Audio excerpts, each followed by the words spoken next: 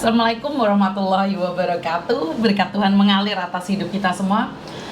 Semoga semua makhluk hidup bahagia, baik yang nampak maupun yang tidak nampak. Mbak Tur ini terima kasih yang sudah hadir. Miss Yuni senyum-senyum sendiri ya. Iya, ngelihat kalian sungguh bahagia sekali. Dan tentunya kalian tahu bahwa saat ini saya sudah ada di Hong Kong.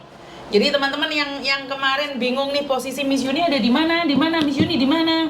Ya, Miss Yuni sekarang sudah ada di Hong Kong dengan suasana baru, tanpa suami, dengan suasana baru tanpa suami. Ya, suami saya ada di Indonesia teman-teman. Jadi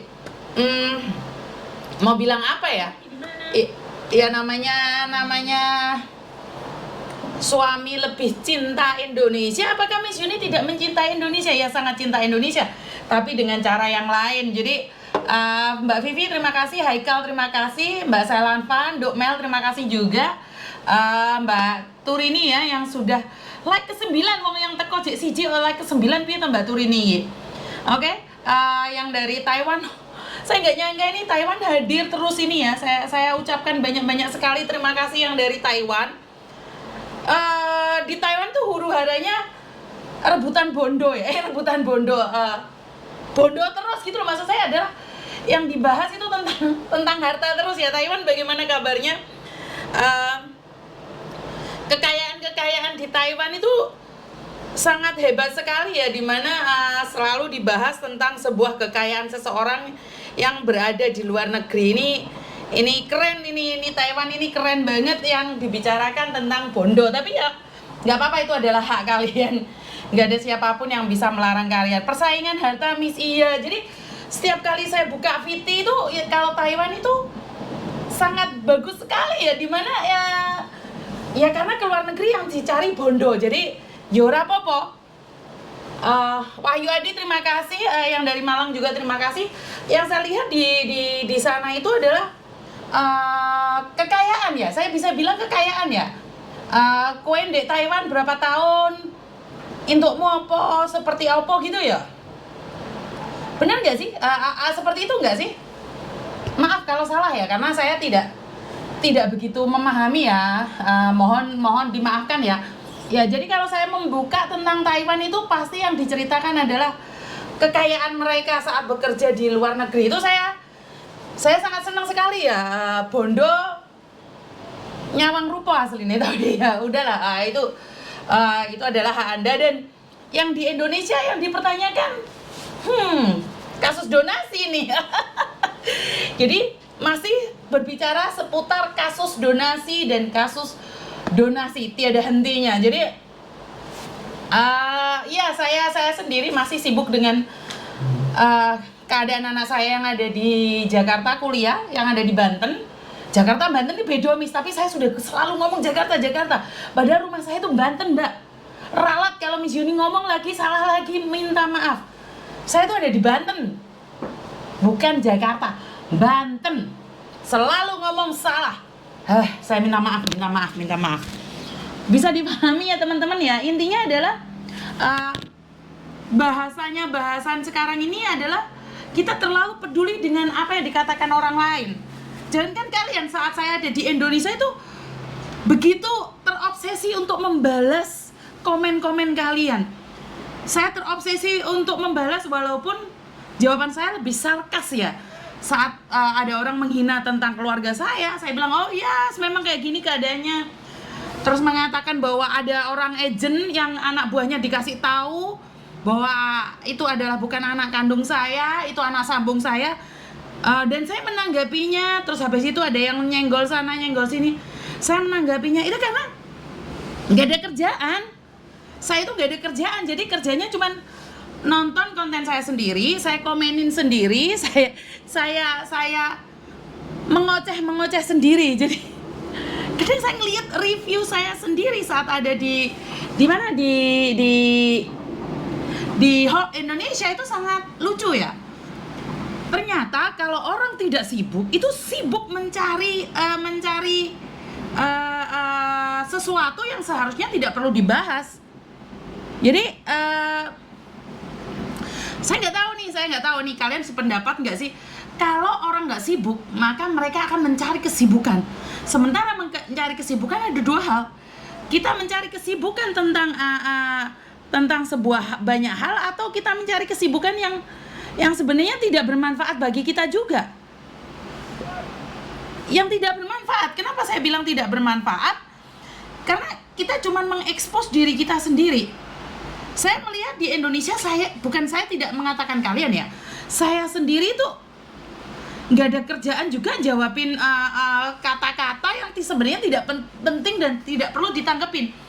Malah saya tidak fokus dengan mbak-mbaknya yang sedang sakit, saya tidak fokus dengan mbak-mbaknya yang bermasalah, saya malah fokus pada membalasi komen-komen orang yang sebenarnya tidak bermanfaat. Benar nggak sih? Ya, jadi sekarang saya sudah kembali lagi ke habitat awal, seperti itu ya. Jadi di sini saya secara pribadi ini merasa bahwa orang nganggur itu yang dibahas selain memojokkan orang lain, selain menjatuhkan orang lain, mereka nggak ada misi lain. Saya nggak berbicara dengan kalian, saya berbicara dengan diri saya sendiri nih. Ini menurut pendapat saya ya. Jadi karena saya nggak ada kesibukan, saya kejebak dengan keadaan yang seharusnya saya tidak perlu lakukan gitu loh. Saya merasa dipaksa nih jelasin nih siapa saya. Nggak ada kok yang bisa memaksa kamu kecuali dirimu sendiri. Benar gak sih? Jadi sama dengan orang-orang yang tetangganya keluar negeri, tetangganya yang sibuk menghitung gaji. Ngerti nggak mindsetnya itu? Yang kerja orang lain, yang ngitung gaji tetangga. Bener gak sih? Kalian ngalamin gak sih? Jadi yang kerja kalian nih, tetapi tetangga yang ngitung gaji nih, wah, ini si Yuni nih berada di Hong Kong per bulannya 10 juta nih, 10 juta kali 2 tahun, wah, menjadi 200 juta lebih nih. Kaya ini pasti ini itu. Mereka tidak berpikir dengan kebutuhan orang lain. Benar gak sih? Karena itu saya merasa bangga dengan teman-teman saya yang ada di Taiwan yang berhasil, yang kaya raya dengan hasil dia bekerja. Menurut pendapat saya, kalian nggak pamer kok.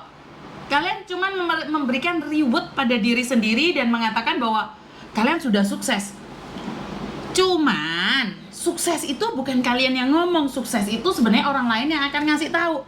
Lo sukses lo, kamu sukses lo, si Yuni tuh sukses lo, si Yuni tuh nggak sukses lo. Sebenarnya orang lain juga yang memberikan reward, karena pemberian dari orang, bukan kamu yang mengatakan dirimu itu kaya. Ini menurut pendapat saya ya. Saya tidak tahu pasti apakah kalian setuju atau enggak, tapi intinya adalah kenapa kancing bajuku memang tak sengaja tak cepot? Bener gak sih? Kancing bajuku tak cepot, aku iki sik klambian ning jero. Jek tangan, masalah kancingku baju bledeh iki lho. Wong susuku gak mlekek-mlekek kok. Ya, memang sengaja saya itu biar gak sumpek, petengku ben gak blending. Jadi ini dilema-dilema yang ada ya akhir-akhir ini ya. Jadi wes nggak apa-apa, kita mengikutin aja, dan bukan hak saya saja, karena tidak ada siapapun yang bisa mengendalikan diri kita kecuali diri kita sendiri. Di sini yang ingin saya sampaikan adalah tidak perlu menjelaskan pada orang lain betapa kayanya kita, betapa punyanya kita, karena orang yang mencintai kita, orang yang menghargai kita akan tetap menghargai kita. Tapi orang yang tidak pernah menyukai kita, semakin kita jelaskan dengan harta-harta kita, semakin orang menghina. Itu aja sih. Jadi sebenarnya secara pribadi saya merasa bahwa tidak ada yang perlu kita tonjolkan tentang siapa diri kita. Ya tapi kalau itu hanya sekedar konten sih nggak apa-apa ya, karena banyak orang menghalalkan segala cara, bahkan rela menginjak kepala orang untuk melenting lebih tinggi hanya untuk mencari viewer. Itu memang ada ya. Dan lucunya lagi, dengan hadirnya bisnis-bisnis membawa orang untuk melakukan bisnis yang sebenarnya dia sendiri tidak tahu nih, dia belum berhasil nih. Karena bagi saya adalah orang yang sudah berhasil itu baru patut bercerita tentang bisnisnya. Tapi kalau sendiri aja masih merintis, sebaiknya diam dan buktikan dulu. Karena jujur nih, saat saya berbicara tentang agensi, ada beberapa orang yang mengkritik saya secara habis-habisan. Saya berbicara tentang PT, mereka itu menghina, menghujat saya habis-habisan. Saat saya sudah tidak bekerja lagi di agent, saat saya sudah pensiun jadi agent, itu orang baru unuk-unuk kerja di PT. Itu orang baru unuk-unuk belajar tentang agent. Jadi saya cuma ingin bilang bahwa saat kamu masih belajar, bukan saya sombong ya, saat kamu masih belajar, saya sudah mengalaminya. Saya sudah mengalaminya. Saat kamu berbicara dengan bisnis, tentang bisnis itu, saya sudah pernah moncrot, saya pernah hancur sehancur-hancurnya. Jadi kadang-kadang bukan saya tidak percaya dengan omongan kalian. Kenapa saya lebih memilih menasehati kalian? Karena saya tuh pernah jatuh sejatuh-jatuhnya. Saya tuh pernah hancur sehancur-hancurnya. Dari permainan saham, dari bisnis dengan teman, dengan bisnis dengan pasangan, dengan bisnis kos-kosan, saya sudah pernah hancur sehancur-hancurnya. Bisnis PT saya pernah jepat sejepat-jepatnya. Karena itu saya selalu bilang nih, saya pernah mengalaminya. Segala kehidupan yang ada di Indonesia dan di luar negeri, umur saya tidak muda lagi. Saat kamu baru merintis, saya sudah pensiun. Saat kamu baru memulai belajar, saya sudah berhenti. Karena itu kalian mau menunjukkan secara media sosial, karena sekarang adalah zamannya media sosial, ya silakan. Tapi buktikan dulu. Seperti teman-teman yang mengatakan sama saya bahwa saya berdoa bahwa saya akan dapat kapal pesiar atau saya akan dapat helikopter. Kamu dapat helikopter dulu baru ngomong gitu loh. Kamu masih perintis. Jangan berisik. Kan tuh masih belum punya apa-apa. Masih merintis, diketawain. Jangan kamu bilang tunggu saya sukses. Sukses dulu baru orang nunggu.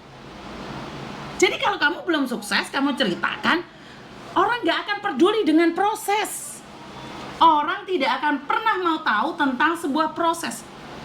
Bodoh amat. Orang itu gak akan peduli. Sekarang baru merintis. Hey, hasil kamu bisnis mana? Ya ini lagi berusaha, lagi nanem ini, lagi